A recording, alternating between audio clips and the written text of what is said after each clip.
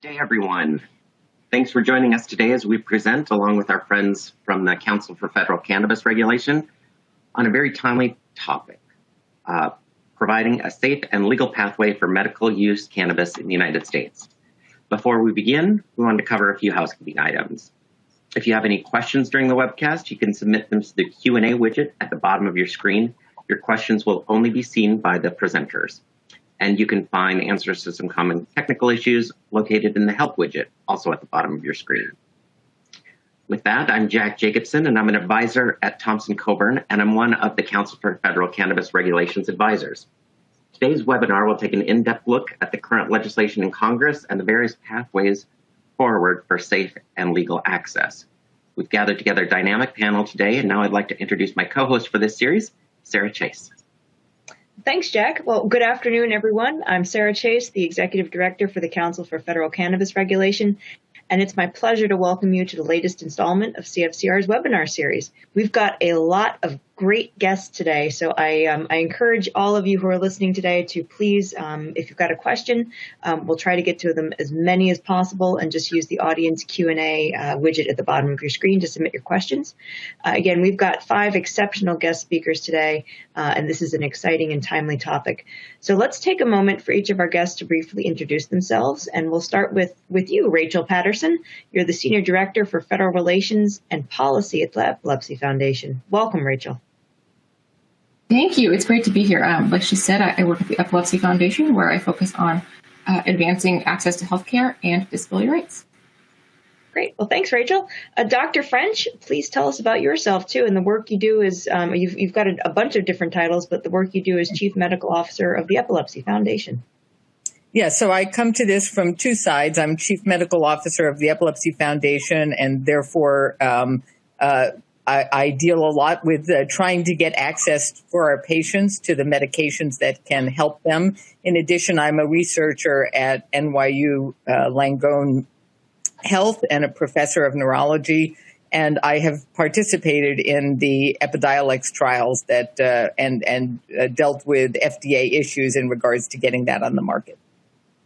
Thank you, Dr. French. And moving on to our next doctor, Dr. Peter Grinspoon, who I enjoy following on Twitter immensely. Tell us a little bit about your work with cannabis and your history and what you do with Mass General.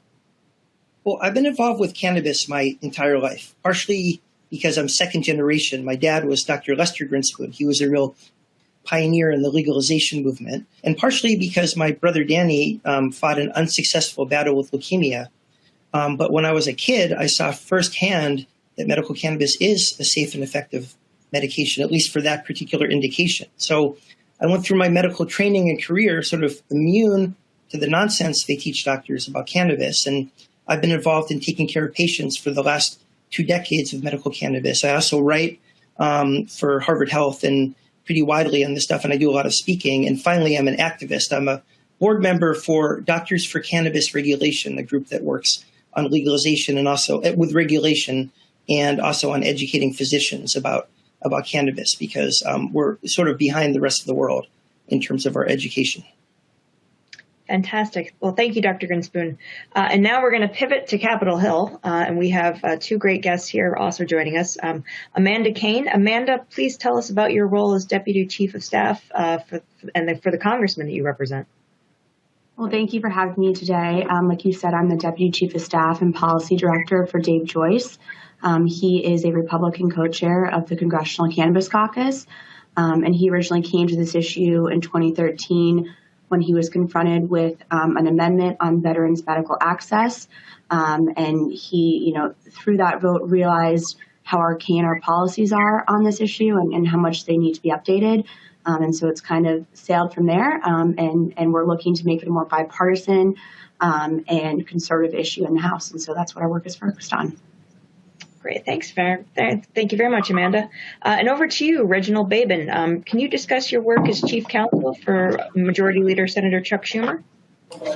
Yes, I have been with the leader for 5 years now, and in my capacity, in addition to other things, I manage cannabis policy on his behalf. And since he became the first congressional leader to come out in favor of ending prohibition in 2018, have been working to both shape his agenda on cannabis, but also to move the conversation on cannabis reform in the Senate more broadly forward, which is what we're trying to do now.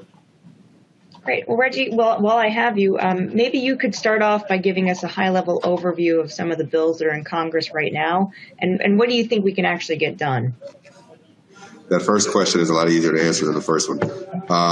So there's obviously the MORE Act, which has passed the House twice, which is a bill to end federal prohibition, deschedule marijuana, and put in place a number of social equity programs to deal with some of the consequences of the enforcement practices under the current prohibition. There's the Cannabis Administration and Opportunity Act, which Senator Schumer is drafting in conjunction with Senator Booker and Wyden, which is very similar to the MORE Act and has some pieces in addition to those which were in the House-passed bill. And then beyond those two more comprehensive bills, there are a series of standalone, maybe smaller pieces, safe banking, which would provide financial services to cannabis-related businesses, is probably the most widely discussed. But beyond that, there are also bills like the Cannabidiol and Marijuana Research Expansion Act, which the Senate passed in March, and the Medical Marijuana Research Act, which the House passed in April. And there's a bill that is currently in the Senate Veterans Committee, the VA Medicinal Cannabis Research Act, which is led by Senator Tester and Senator Sullivan, which would seek to expand access to cannabis treatment for patients at the VA. And there are a number of others. There are bills to allow cannabis businesses to deduct their business expenses from their federal taxes. There are bills around criminal records. There are bills. There are a number. It's a thousand flowers kind of a pasture, and there are a number of proposals that have been introduced. Now, to your question about what can get done, I think there is a bit more work to be done in terms of figuring out where the sweet spot is, at least in the Senate, in terms of what we can do this year. But that is work that we are currently undertaking, and hope that we will be able to answer that question in the affirmative before the end of the year.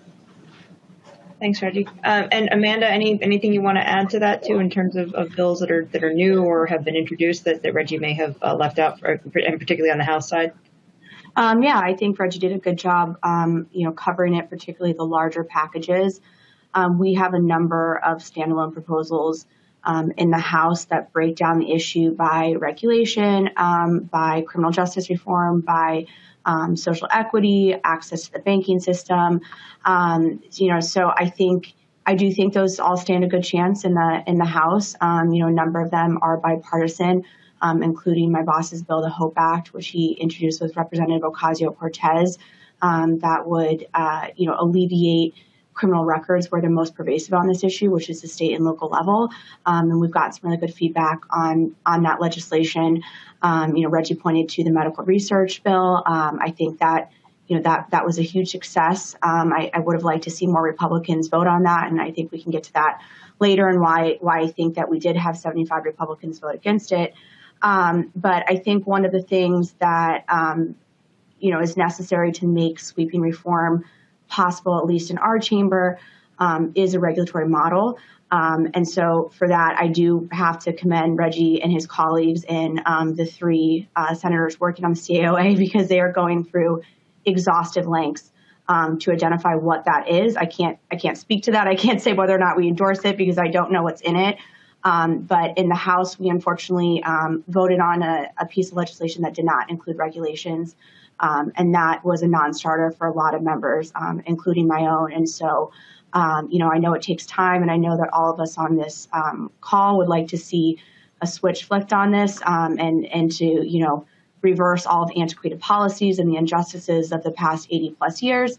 But, that's an important piece, and it's important to getting people to take this issue seriously who are otherwise a little weary of the topic still. So we're very excited about that, and do think it's very important and will be very important as we move forward and in future Congresses on this issue. Thanks, Amanda. And I want to pick up on something you brought up, which are non-starters. And so this is a question for both of you. Could you both identify some of the major barriers or non-starters in each of the chamber when it comes to enacting reform or regulatory measures? You want to go first, or should I? Sure, I'll go ahead. So I think for us, again, it's the regulation. And with most things in the federal government, we try to put this in medical speak, we try to diagnose the problem before we treat it. And that just hasn't happened with cannabis in the House. We don't have a lot of hearings on this. There's not a lot of communication with the agencies. And that makes it very difficult to develop a regulatory model or even discuss one when we talk about ending federal prohibition or expanding medical access. And that's why we introduced the PREPARE Act to start those conversations and force the executive's hand in really doing that investigation. But, at this point, I will tell you that there's a lot of misinformation in the House, particularly amongst Republicans, and particularly when it comes to the medicinal benefits. There's been some misinformation about how addictive the product is. And so once we have that research and once we have those discussions with the relevant agencies to the point that we're able to offer up a substantive regulatory framework, I think that we will overcome a big hurdle at that point. Yeah, I think from our vantage point, that's a huge piece of this as well. There aren't really a lot of historical analogs for an issue that raises so many questions while all at the same time having so little ability to present unimpeachable, unassailable answers through the information that we're able to gather, or in this case, not gather, because of existing restrictions. And so putting in place proposed frameworks that can then serve as the basis for informed conversations and negotiations, I think is one of the things that will allow us to work through some of those impediments. And then beyond that, there are just differences of opinions between the parties in terms of what role the federal government should play in either remedying what we perceive to be past harms or establishing what we desire to have as future practices. And those are the types of things that exist in any legislative negotiation. I think they can be worked through in time, but it is a big impediment to just getting into that conversation full is either the lack of information on the public health and safety side or the lack of a proposal to go about ensuring that public health is protected and preserved in whatever a post-legalization regime might look like. Well, let's build on that then and open up the question to everybody here. And please feel free, who's got a thought first, jump right in.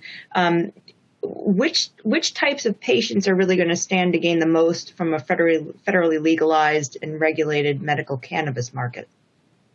So, in other words, whose treatment is currently left behind due to sort of a lack of robust U.S.-based research and access? I work at an inner-city clinic, and, it's really amazing. There have been several patients that have transitioned from Percocet, oxycodone, from benzodiazepines back to cannabis, and their quality of life improves. They like it better. It's more effective. It's safer. Yet they'll come back to me a month or two later and say, I can't afford the medical cannabis because insurance doesn't pay for it. With Mass Health, I was paying $1 a month for my Percocet. I have to switch back. Right now, medical cannabis is much more geared to be a treatment for the wealthy than it is for the underserved. And I think if we had federal legalization, we could then come up with a rubric for which to either supplement or just have the health insurance companies pay for it so that everybody has equal access to it. As a clinician, that's the most important thing to me. I guess I'm going to jump in here as well and say that in my community, which is the epilepsy community, we have a medication, Epidiolex, that was approved for use by the FDA, but it was approved for an extremely narrow indication. It is what we call an orphan drug. So it's approved for very small populations of patients with a specific type of epilepsy. Whereas we know it's more broadly useful, and people, even before the indication and after, have used it to good effect to control seizures. Seizures are a life-threatening medical problem, and these people are already established on care. And therefore, having a consistent supply, not only of CBD, which is the product that they use, but also a supply that they understand will give them a consistent exposure over time is extremely important.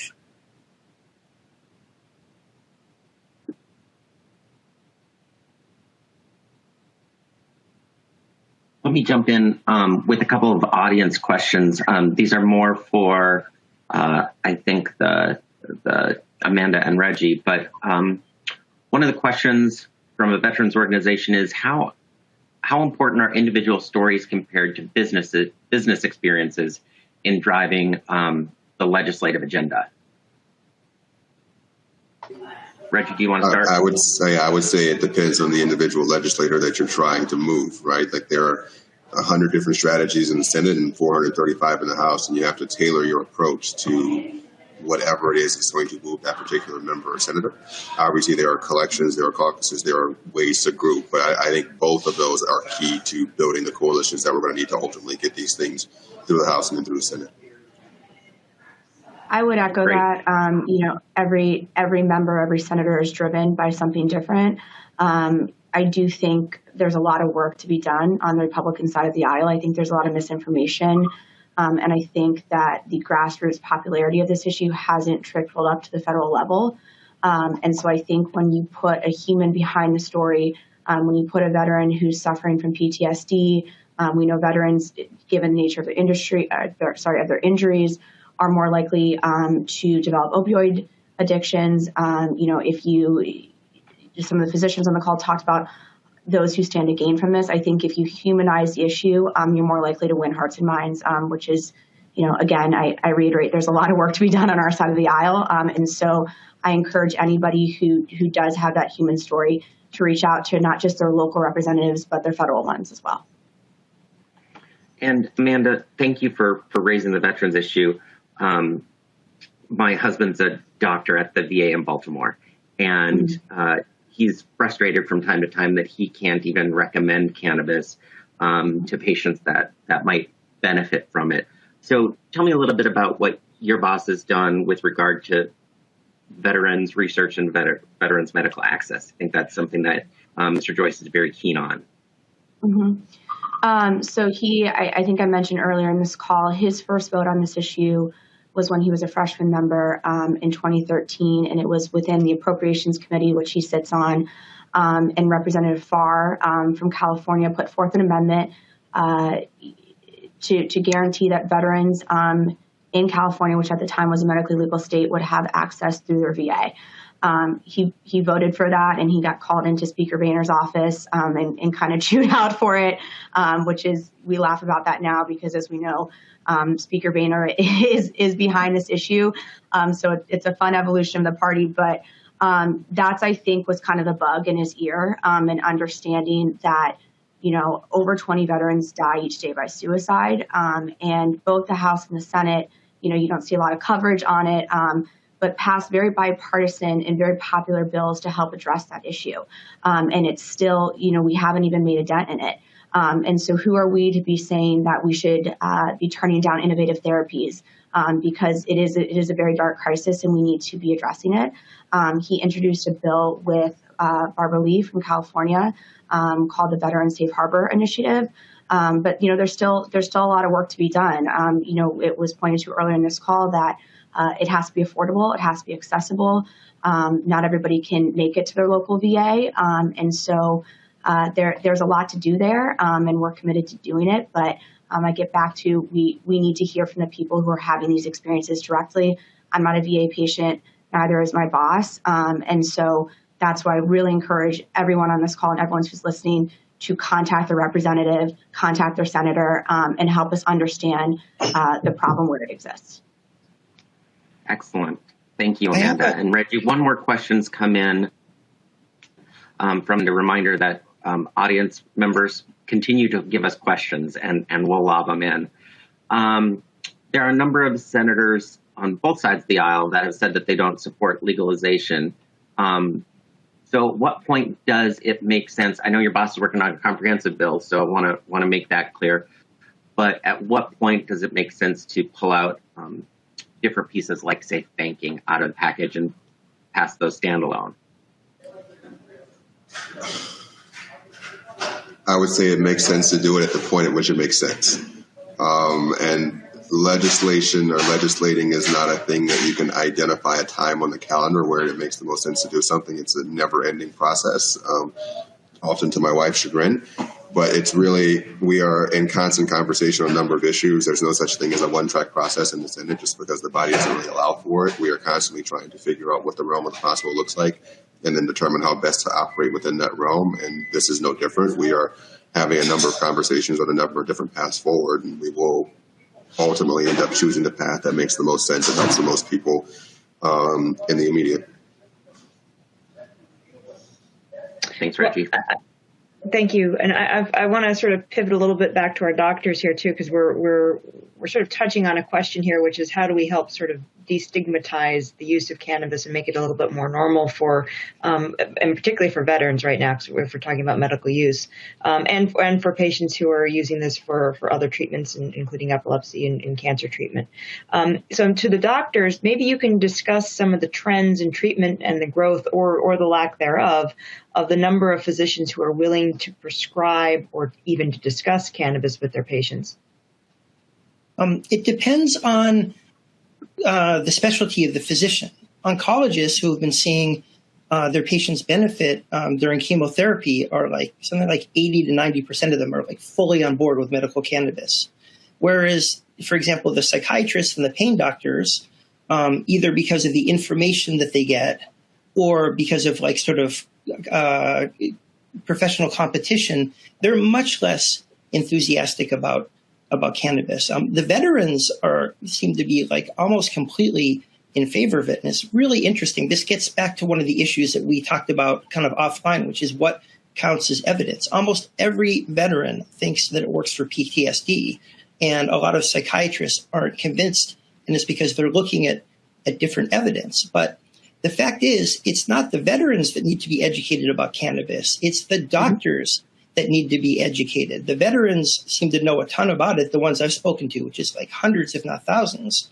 They know the risks, they know the benefits, they're very measured about it. They'd rather be on cannabis than the sedatives and the benzodiazepines and the opiates that the Veterans Administration seems to hand out like candy. It's the doctors. Part of it's not their fault. If the VA hasn't allowed the doctors to recommend it, how would they gain any facility in prescribing it? And also, the endocannabinoid system, the system upon which cannabis is based, isn't taught it's only taught in 13% of medical schools. So the medical community is not educating their doctors. So I think it's a question of educating the doctors, not the patients. 94% of patients are in favor of medical cannabis, of legal access to medical cannabis. This should be a no-brainer, but the doctors are the ones that are still dragging their feet. And Rachel, maybe you could also tell us a little bit more about the medical cannabis research bill too that's been put forward.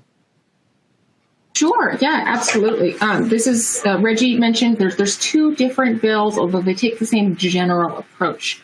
In the Senate, it's the Cannabidiol and Marijuana Research Expansion Act. In the House, it's the Medical Marijuana Research Expansion Act.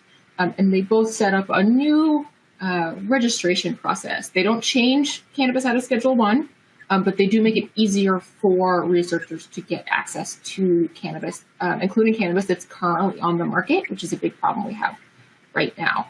Like I said, the bills are slightly different. Both have passed the House and the Senate. But we are very hopeful that this is the year that we can reconcile the differences between those two bills and get it through Congress. We were actually in a very similar position in the last Congress where both bills passed, but they never reconciled differences.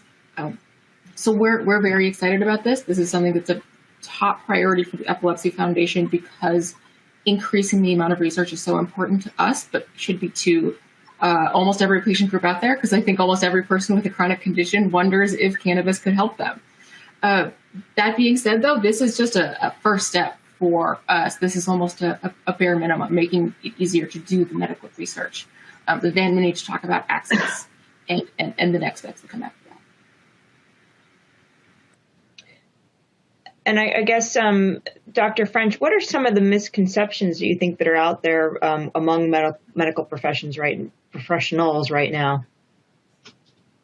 Well, I think in the epilepsy community, it is pretty well accepted to use CBD for the purposes of treating epilepsy because of the FDA indication. we still have issues in regards to proper use. And, one of the issues that we do have to deal with is that CBD is a very effective medication, but like many medications, it has its complications of use, including interaction with other medications that people might be taking, specifically seizure medications. And if people don't understand those things, and if, for example, they go out and they get CBD on their own without talking to their physician about it, then they can actually cause themselves harm. So, we certainly want patients to feel comfortable in all circumstances telling their physicians that they are using these products. And, one of the issues that we have is the don't ask, don't tell. So, we do find in the clinic that even though physicians are accepting this, if one doesn't ask one's patient, are you using CBD or a CBD product, you will never find out. And when you do ask, I would say the answer is yes more often than it's no. Well, Can I just jump in for 1 second about physician misconceptions? First of all, I completely agree with Jackie. The most important thing is communication between the doctor and the patient. It's very dangerous if the doctor doesn't know that the patient's on CBD because of the med interactions, or on medical cannabis because you need more anesthesia, for example, if you're on medical cannabis. And there's nothing, it's fine to be on medical cannabis. What's not fine is when the doctors or the patients don't communicate about it. But in terms of misconceptions, the doctors have been subject to like 50 years of drug war propaganda on cannabis and very little neutral information about it. This is starting to change now that there are more recognized sources of information, but you have to understand the cultural history and the fact that the doctors were, as my dad said, they were both victims and perpetrators of all the misinformation during the war on cannabis. They would just repeat the government's claims without really questioning them. So a lot of doctors not only don't know that much about cannabis, but a lot of what they do know just isn't true. They don't know how addictive it is. They don't know how dangerous it is. They don't know the benefits of it. They don't know the mechanics of using it. So I think that there are many more misconceptions than non-misconceptions, than correct beliefs among physicians. Now, people who work with epilepsy or oncologists, very specific niches of physicians, are much more clued into it because they learn from their patients. But there's very little information, correct, helpful education from the medical establishment, the medical societies, or the pharmaceutical companies. None of them have an interest in medical cannabis. So the misconceptions are widespread, and I think that's a critical thing. The last thing I'm going to say is that what's really interesting is that the doctors are following the patients. The patients are the ones that said, this is helping us. This is giving us benefit. And because of patient pressure, the doctors had to look into CBD, and now we have Epilepsy. And the doctors are grudgingly going along with it. So I really think the doctors need more humility about this issue to realize that they've been all of us have been sold a bill of goods about cannabis, but physicians in particular need to learn a lot more about it and to unlearn some of the things that they've been taught. Well, this is where important research is, something that we have to think about and talk about, because whereas all of what you said is absolutely correct, in some ways, because the way that CBD became a pharmaceutical in the epilepsy community, as you say, is from the patient to the doctor. It was like a patient-led movement. This is helping, and particularly in the rare orphan epilepsies, this is helping our children. Please investigate it and please figure out whether it's helpful or not.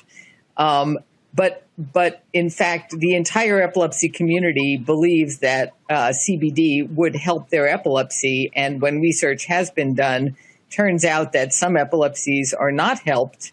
And there are these very concerning adverse effect signals that would not have been known without research. So whereas the community did lead and should lead in other areas, you need that research in those areas to figure out whether there in fact is a reason why this population should be taking it or what the concerns are in that population. That's a very valid point. That's something that people on all sides of the spectrum agree, more research. So luckily, that's the thing that's going to help us. Everybody is on board with more research. Well, let's bring in our two other guests to build on precisely that topic. So and this is for Amanda and Reggie to kind of weigh in here. What are some of the entry points for Congress so that they can weigh in with other agencies about cannabis research and patient access? So, I guess the blunt question is, what can our representatives be doing to move the process along? You want to start, Reggie, or do you want me to? You go first. I'll follow up. Okay.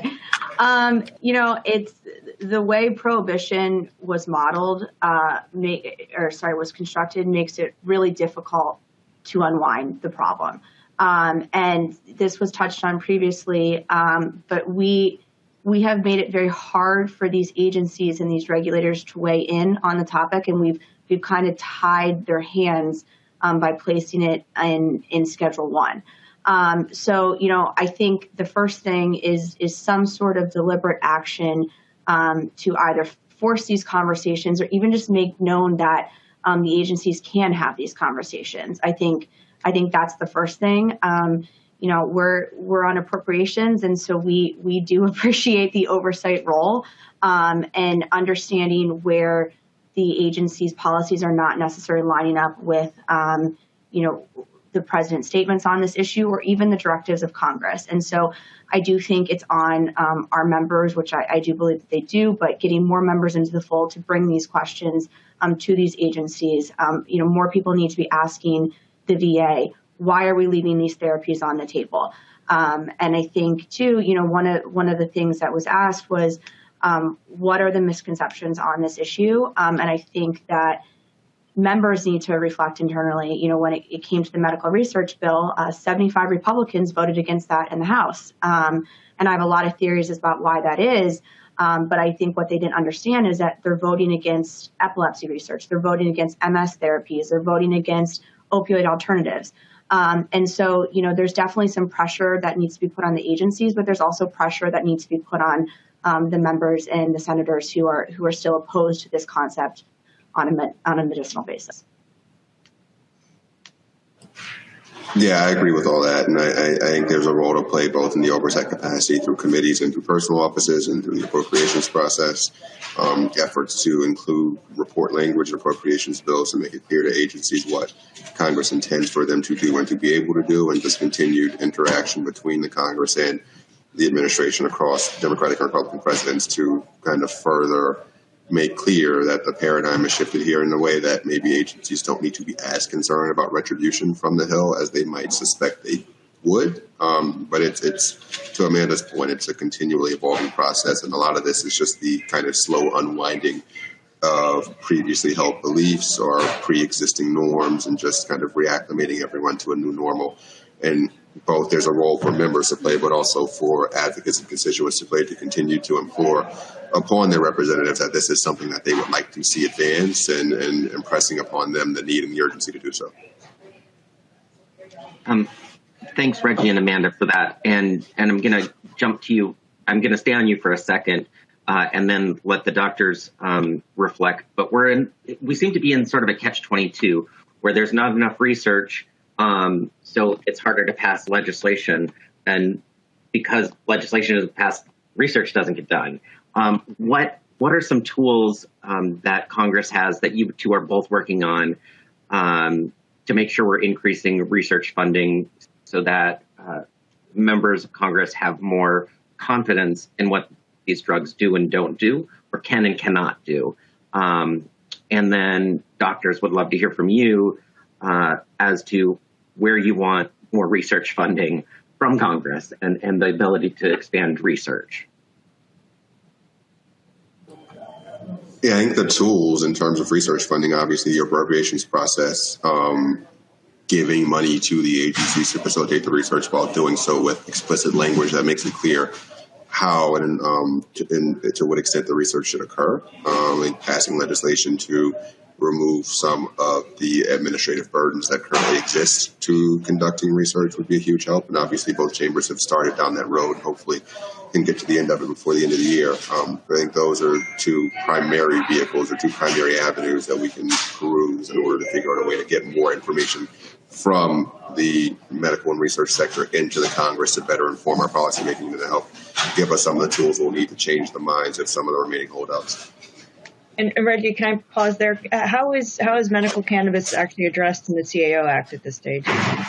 Yeah, so I would say there are three ways. There's a regulatory framework, there's research funding, and then there's access to the VA and the Indian Health Services. So what we are in the process of doing is trying to construct through legislation an FDA-centric federal regulatory framework, wherein cannabis would be regulated primarily, it would be moved from DEA to FDA and TTB. And FDA would have primary jurisdiction through a newly established Center for Cannabis Products that would regulate all aspects of cannabis products, except for those that make claims regarding the treatment of specific illnesses.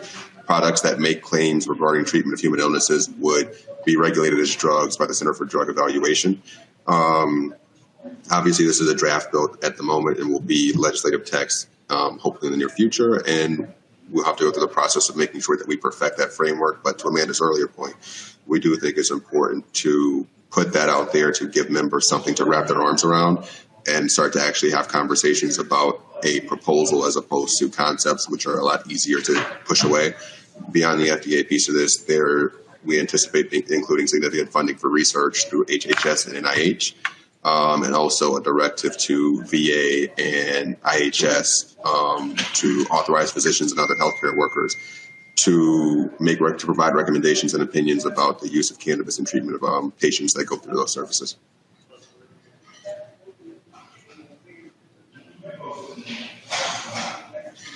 I'll just add on to, the other thing too is obviously that there's need for additional initiatives in this space. But I think what would make it a big difference would be just protecting the funding that's already there and protecting the institutions who are already doing this. So obviously we need the agencies to weigh in and start these discussions. But as appropriators, we hear a lot from publicly funded universities or people who receive federal grants who are very well equipped to do these studies and to provide this information to the federal government. But they're afraid that if they do handle a Schedule I product, that they're going to lose their funding in a completely unrelated space. And so there's things we can be doing in language that you often see in appropriations packages that bar any sort of legal enforcement against those institutions. Unfortunately, there is a debate between appropriators and authorizers if that is authorizing some sort of new law.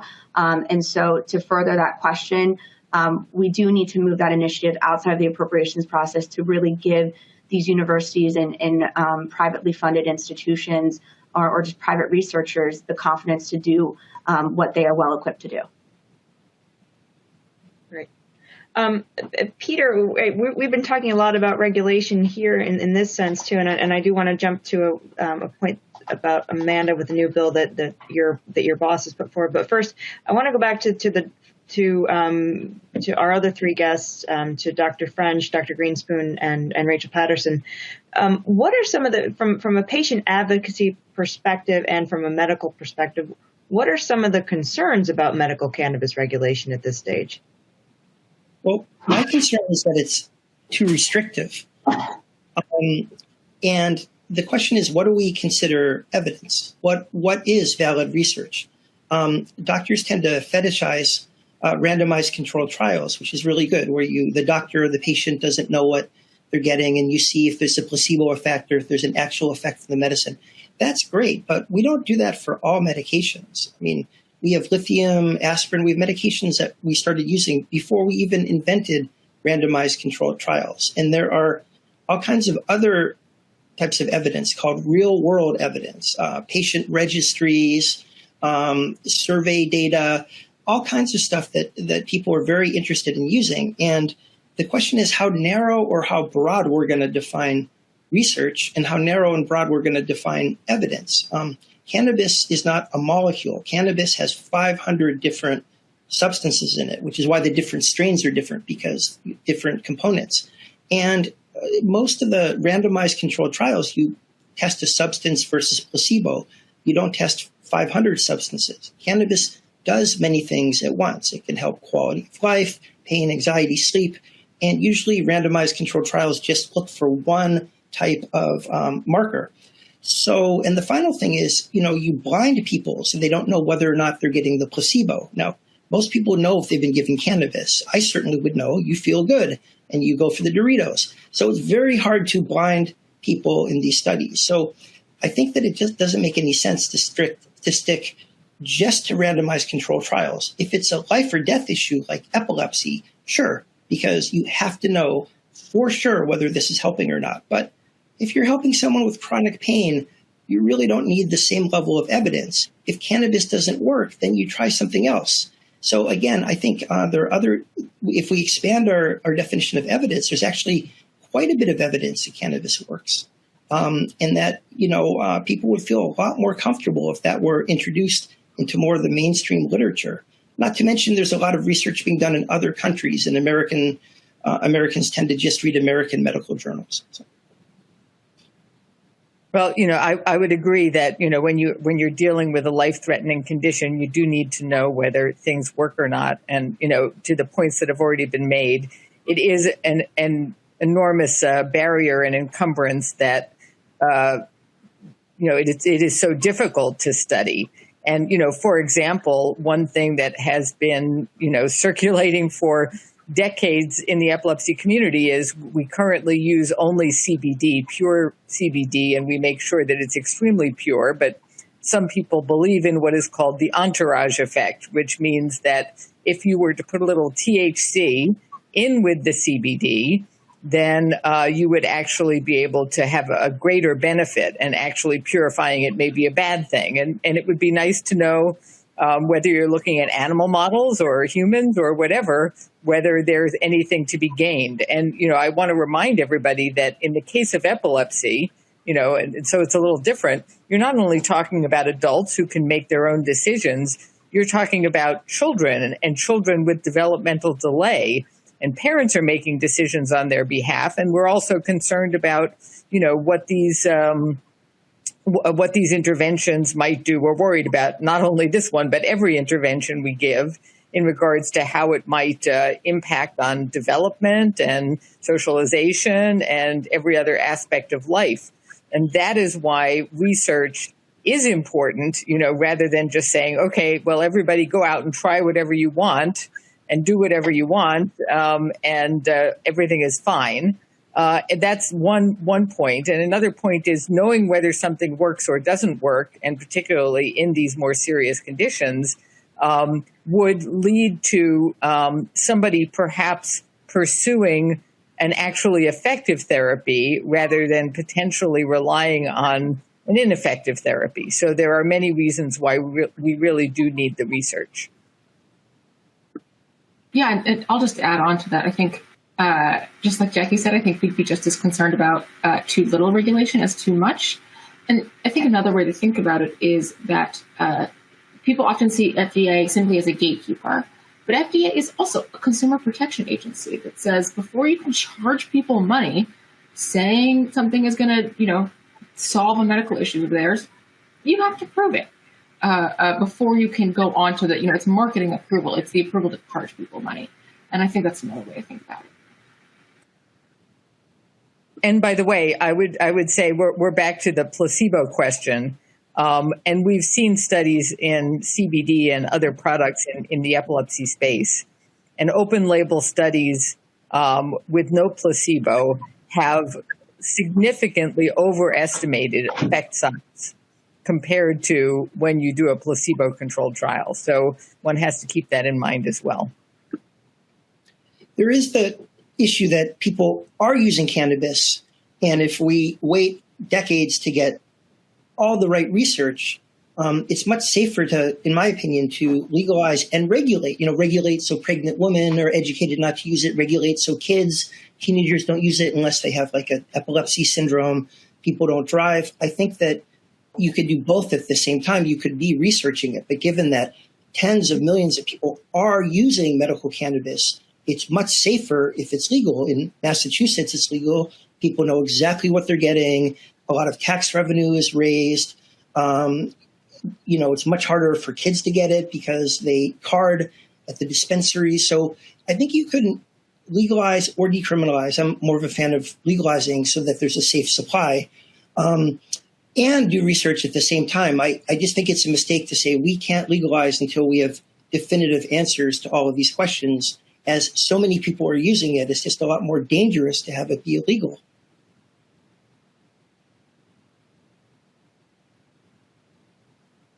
Jack, I don't know if you want to ask. We're a couple of questions that are coming in from the audience. So I'll turn over to you, Jack, to sort of lead us through this. Yeah, and we appreciate the audience giving questions. We're going to try to get through all of them, but we might not make it. We'll do our best. What's the panel's perspective on cannabis nurses, be it through the efforts of the American Cannabis Nurses Association or word of mouth? The role of cannabis nurses is gaining visibility, and it's something that the panel might be interested in exploring. I know I just spoke a lot, but can I just say I just spoke to the American Cannabis Nurses Association. People don't know where to get their information on cannabis. Everybody says go to your doctor, but when you go to your doctor, most doctors don't know about it. So they're left with the bud tenders, and the bud tenders do a wonderful job. They're nice people, but they're not medically trained, and they certainly shouldn't be giving medical advice. A lot of times it's like, oh, my cousin took that strain at a Grateful Dead concert 5 years ago and it helped their headache, so why don't you try it? It's not very scientific. The cannabis nurses are educated, they're smart, hopefully they're regulated. I don't know much about that. But for right now, given that there's a huge gap for people to get quality information, I think it's much better to have educated cannabis nurses than to have the choice be between the internet, which you could find anything, doctors, most of which don't know anything, or bud tenders who think they know more than they do. Well, Dr. Grinspoon, as long as you have the floor, I've got one related question that's come in from the audience as well. What's the most high impact method to educate current and future physicians on the benefits of cannabis? We're working on that. The most high impact would be if they taught the endocannabinoid system, the system of neurotransmitters and receptors in all of our brains that we've had for millions of years. The cannabis hijacks is sort of like the epinephrine system or the opiate syndrome or the cholinergic system. There's a whole system that isn't being taught because it was developed more recently and sort of as a hangover from the war on drugs. I think if doctors understood the system, they would understand the harms of cannabis, the benefits of cannabis much more easily because it would make sense. And then it wouldn't be that big a deal to educate people. But it's hard to learn something if you don't understand sort of the why of it. So I think if we just taught that one thing in medical schools, that would really help. Well, I just want to make sure everybody understands that CBD, as opposed to THC, does not, in fact, connect at all with the endocannabinoid system. It has different mechanisms of action. So even if they understood the endocannabinoid system, they would not understand CBD. I would politely disagree. CBD interacts with about 70 different receptors, and it increases our anandamide, which is our natural endocannabinoid. And I think that some of the ways in which it works, not all, absolutely, but some really do have to you have to know. I don't think you could understand CBD at all if you didn't understand the endocannabinoid system. But CBD is much more complicated, and you actually have to understand everything else to understand CBD. So. Yeah, I mean, we certainly know that the epilepsy effect is not through the endocannabinoid system. I guess that's the main point. I'm going to switch a little bit here and talk about some of the legislation that's out there right now, because we have some competing bills that are out there, and then there are various routes towards facets of legalization that are occurring that are worth discussing. And the hot topic right now is obviously safe banking. Everybody's wanting to understand whether there's a possibility for that passing this year. And I think that's a question both for Reggie and Amanda of sort of what do you see as a potential for safe banking this year, particularly as it's part of the Competes Act, and it's now got Patty Murray and Pelosi support, and sort of how does that address things? And then I also want to ask Amanda a question about the new Prepare Act too. But let's have your thoughts, Reggie and Amanda, on safe banking. Generally, or specifically as it relates to whatever we're calling the competition vote is going to happen? Yeah, I think specifically as it relates to competes. And yeah, I would say that we are going to conference on a broad sweeping bill with significant ramifications across a number of sectors. There are, I think, 100 members from both chambers who will be in that conference. And so there are a number of moving parts that probably exceed my capacity to articulate. We have to account for all of those moving parts because at the end of the day, the Senate supermajority requirements still require both sides to agree to whatever that final product is going to be. I think it's important that Senator Murray and Speaker Pelosi have stated their priorities as it relates to SAFE, but I think it's equally important to identify the fact that the Republican leader in the Senate has identified the inclusion of SAFE in the House as one of three things that drag the bill quote leftward and backward. And I think it would be irresponsible not to take into account all of the itinerant factors that are going to determine the outcomes in the conference before figuring out what the path forward looks like. And that's what we're trying to do now. And we'll work through that over the course of the next few months. But it's too early to tell what the outcomes are going to be, given all the myriad factors that are going to be at play from now until whenever that bill hopefully is reported out of conference and voted on in the Senate. You know, I obviously the elephant in the room is that safe banking has broad and bipartisan support, and I think that there's a real interest in both chambers to get it done. I'm personally optimistic. You know, Congress, though, it changes day by day, and I think what Reggie said earlier in this call is really important. That there's different calculuses in both chambers. There's different considerations, and you know, at the end of the day. What we're all trying to do here is get as much done as possible. And so I do think that will still be the state of play in both chambers. I can obviously not speak as much for the Senate as he can. But, you know, I guess I will leave it at this, that I do think that there's real optimism on not just safe banking, but other pieces of standalone legislation that we've seen in both chambers and that have a lot of bipartisan support in both chambers, for those to be paired along with it and passed through and sent to the president's desk. And, you know, I'll just echo what he said, that we're all trying to get as much done as possible without completely, unwinding the whole strategy. So I know that's not a full answer, but it really is a day-by-day situation. And as Reggie pointed to, you know, there's about 200 people within the chambers together who need to be accounted for on this. And so a lot of moving parts there, but overall I am very optimistic, and I can at least speak for our office that we're very committed to getting it done. And Amanda, your office has put forward also the PREPARE Act too, which CFCR is in support of. And briefly, can you tell us a little bit about the act and how that kind of is a table setter for regulation? Yeah.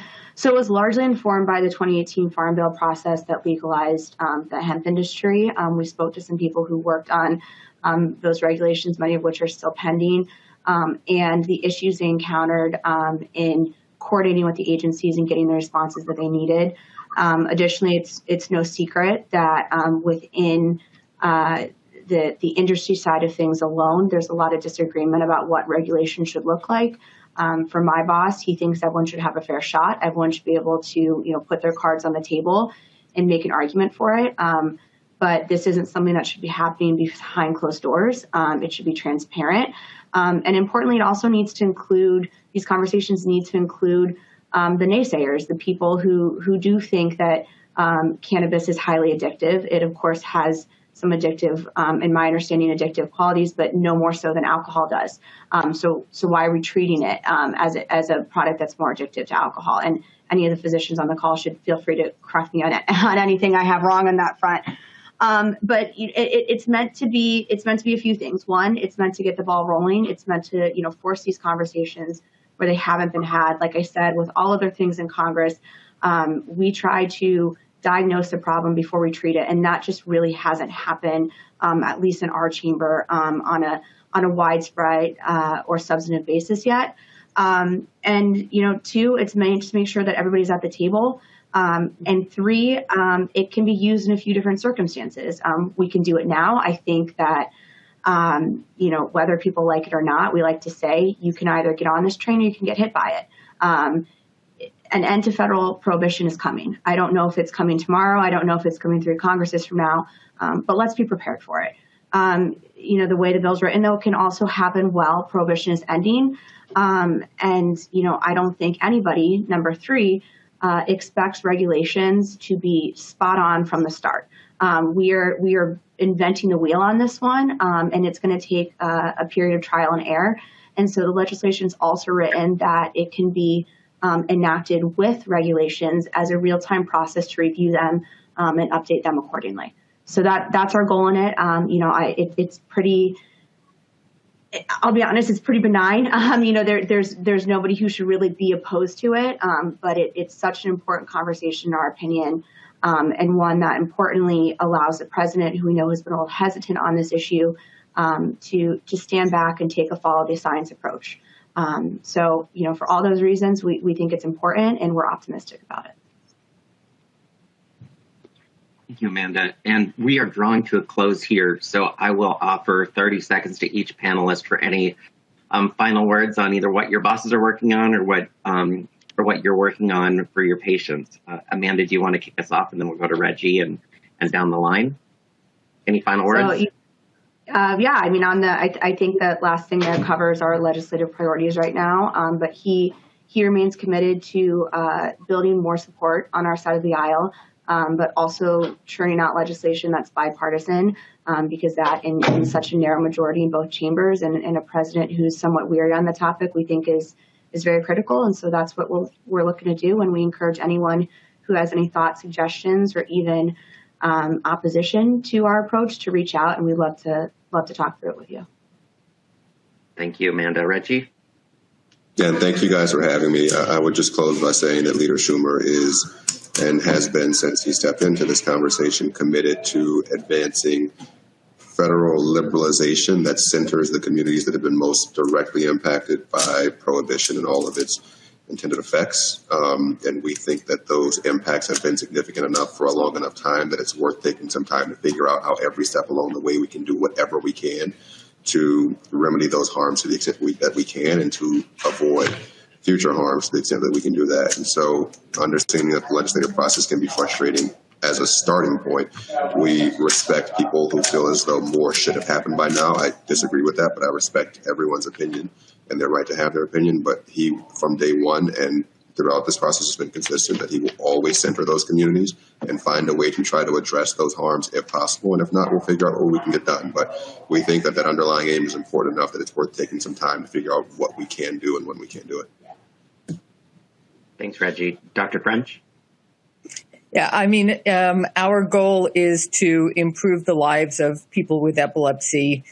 We can do that by, number one, better research on CBD and other marijuana products that might be beneficial to them. But number two, by making sure that they are not disadvantaged by the laws that currently exist. We didn't even talk about the fact that, a family with a severely afflicted child, going from one state to another with the life-saving medication could be, taken to a police station because they have an illegal substance.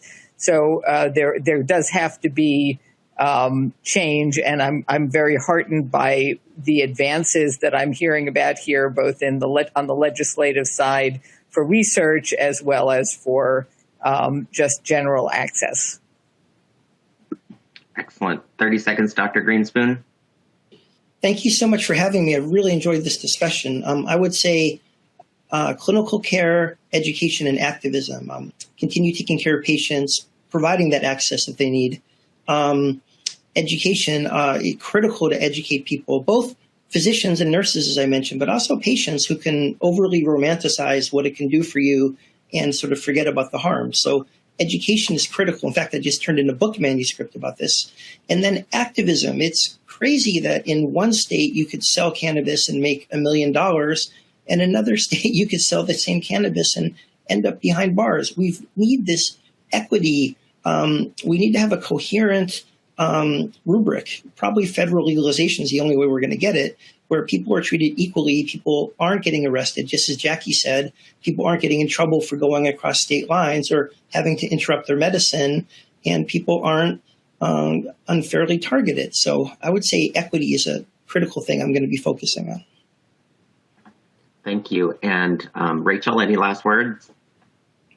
No, thank you so much for having us. I just wanted to say how appreciative I am of having congressional champions who understand the issue and its many complexities and its importance for people with epilepsy, as well as other people using medical cannabis. We are committed to safe and legal access to all epilepsy treatments. And also, we're always interested in working with other patient groups who might be in a similar position, or maybe even where epilepsy was, 5 or 10 years ago. We're always interested in meeting other patient groups that maybe we could work together. Thank you all. Thank you all for joining us today. And our next webinar will be on Thursday, May 26th at 1 p.m. We're in the process of finalizing a high-profile guest from the Senate, so stay tuned for more details. Sarah? Well, I can't thank you all enough for today. This has been a great conversation. I think one of our best ones, and you've been added a level of great insight to all of this. So thank you, and I hope you'll join us all again soon. And as Jack mentioned, our next webinar is sort of in the works. We're going to have a very important guest to discuss the innovation and the innovative future of American hemp. So please save the date of Thursday, May 26th.